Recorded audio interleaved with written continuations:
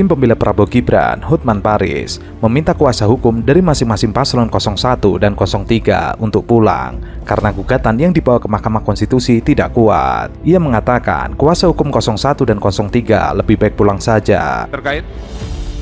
Terima kasih. Pertama-tama saya mengucapkan terima kasih hormat yang setinggi-tingginya kepada Yang Mulia Bapak Arief Hidayat. Karena setelah kita tadi 3,5 jam diskusi tentang IT, ternyata hanya satu pertanyaan dari Pak Arief Hidayat yang mengatakan, kalau memang akhirnya yang dipakai adalah manual dan perhitungan berjenjang, ngapain kita ribut-ribut lagi bicara Sirekap? Itu tadi pertanyaan dari Pak Arief Hidayat. Ya, yang dilihat adalah manual dan perhitungan berjenjang. Ngapain kita bahas-bahas lagi tentang Sirekap ini? Ya, sekali lagi saya hormat saya kepada Bapak Arief Hidayat karena Bapak sudah mengingatkan kami bahwa kami ini adalah sarjana hukum. Dari tadi kita kuliah komputer.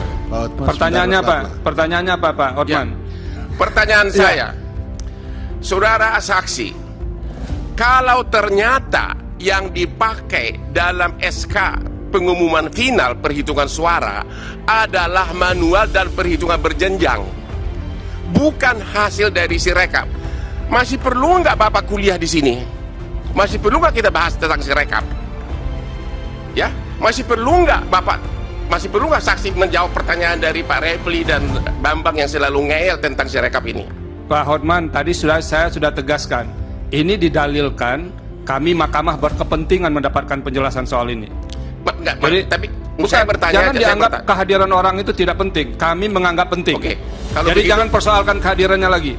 Oke. Pertanyaannya apa sekarang? Pertanyaannya, apakah saksi setuju karena yang diumumkan itu adalah perhitungan manual dan berjenjang, bukan hasil dari Sirekap, maka kelemahan dari Sirekap nggak perlu lagi dibicarakan. Terima kasih. Sebelumnya, Ketua Tim Pembela Demokrasi dan Keadilan, Tim Ganjar Mahfud, Todung Mulya Lubis, menegaskan bahwa pihak pemohon setuju terhadap pengadaan bansos jika memang sesuai dengan fungsinya. Akan tetapi, Todung juga menambahkan, terdapat sejumlah hal strategis yang masih harus diungkap. Todung merasa gugatan Tim Ganjar Mahfud dapat semakin kuat dengan kesaksian dari para menteri.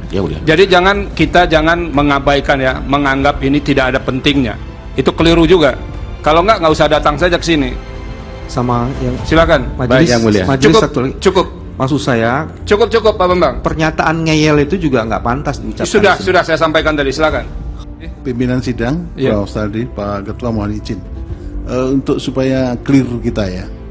Begini, di dalam permohonan pemohon 01 dan pemohon 03 itu ada dalil yang mempersoalkan Sirekap, sehingga mahkamah harus menjawab dalil itu dalam rangka untuk memutus gimana sih penggunaan Sirekap ini.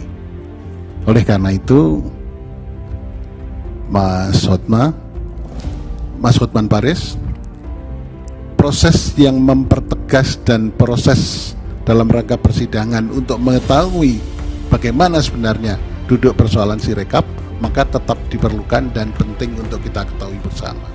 Karena persidangan ini terbuka untuk umum, seluruh masyarakat Indonesia mengetahui, dan mahkamah juga harus menjawab dalil dari permohonan pemohon 1 dan pemohon 3. Dan itu sangat penting sekali supaya menjadi terbuka. Semua dalil akan dijawab oleh mahkamah. Kecuali memang dalil-dalil yang tidak relevan, ya mungkin tidak kita jawab. Jadi ini tetap diperlukan untuk kita diskusikan supaya terbuka untuk umum. Terima kasih. Terima kasih Yang Mulia atas tanggapannya. Tapi menurut kami, berhubung sudah dijawab bahwa yang dipakai adalah manual sama perhitungan berjenjang, itulah jawaban atas permohonan itu, bukan lagi Sirekap. Terima kasih. Pak Hotman, yang menjawabnya nanti bukan kuasa hukum pihak terkait loh, hakim yang akan menjawab. Ya, jadi jangan kita diarah-arahkan mau menjawab kemana begitu. Sementara itu, tim hukum Anies Baswedan diwakili oleh Heru Widodo menyatakan optimisme bahwa permohonan akan dikabulkan oleh MK. Heru merasa kesaksian dari para menteri yang hadir pada sidang sengketa hasil Pilpres 2024 akan mendukung gugatan mereka. Sebelumnya, Hotman Paris sempat membuat ramai sidang MK. Pasalnya, ia mempertanyakan urgensi pembahasan Sirekap di sidang Mahkamah Konstitusi. Jadi ketika tadi ditanyakan terkait dengan penanyaan bahwa apa sih yang membedakan Situng Sirekap 2020, Sirekap 2024? Jadi di situng tadi sudah disampaikan bahwa yang menginput itu adalah pertama, jadi para KPPS itu harus melakukan salinan sejumlah saksi, dan itu relatifly kalau kita bicara itu juga relatifly yang sangat membuat capek buat rekan-rekan di KPPS ya. Habis itu yang nanti akan melakukan scan input teman-teman di kabupaten kota. Di situng 2020 itu sudah mulai diotomasi gitu ya, tapi jumlahnya hanya 3 halaman. Beda dengan situng 2024 yang satu TPS-nya jumlahnya 75 halaman. Jumlah TPS yang terlibat saya kurang hafal 200 atau Sirekap 2020 Pak. 270 kabupaten ya. Kalau yang ini jumlah pemilihannya lebih banyak, jumlah TPS-nya jauh lebih banyak. Kalau nggak salah sekitar 200 ribuan seperti itu. Jadi secara scale itu berbeda kita bicara. Nah, ketika kita bicara terkait dengan bagaimana development Sirekap itu, kami memiliki ada tim tester, ada tim developer, ada tim security, tim infra, tim basis data, dan itu tim yang segregated. Karena saya kebetulan adalah security, jadi saya harus ngecek semua kerjaan. Makanya kayaknya itu sebabnya saya yang harus datang ke sini untuk menjawab pertanyaan di majelis ini. Oke. Nah, apakah mungkin orang di dalam itu melakukan pengubahan atau seperti itu? Kalau kita bicara, kalau dia punya authorization, dia bisa. Tapi itu sebabnya kalau di kasus yang Lampung tadi, itu kita bisa tahu itu siapa yang melakukan, jam berapa dia melakukannya, IP-nya berapa, kita semua catat. Karena di dalam security itu ada 2 pendekatan. Yang pertama, kita mencegah kejahatan.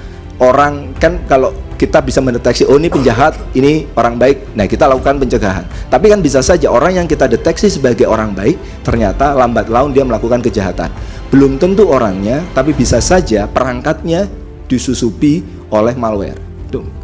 Jadi kami melakukan pengetesan dengan tim yang terpisah, dan masing-masing tim bertanggung jawab atas hasilnya, dan ada cross check dan kawan-kawan. Menurut Hotman, rujukan penetapan hasil pemilu adalah hasil rekapitulasi manual berjenjang, sehingga Sirekap tidak perlu dibahas lagi. Hakim Konstitusi Saldi Isra sempat menegur Hotman Paris terkait pernyataan tersebut. Saldi mengatakan bahwa persoalan mengenai Sirekap merupakan salah satu yang didalilkan oleh pemohon, yakni kubu Anies Baswedan, Muhaimin Iskandar, dan Ganjar Pranowo Mahfud. Oleh sebab itu, Sirekap perlu dibahas untuk menjawab dalil tersebut. Mulanya, Hotman bertanya kepada ahli yang dihadirkan oleh KPU, yakni pengembang Sirekap dari ITB, Yudhistira Dwiwardana Asnar. Hotman mempertanyakan urgensi pembahasan Sirekap karena penetapan hasil Pilpres 2024 diperoleh dari pemeriksaan manual dan perhitungan suara berjenjang. Saldi lalu menegur Hotman.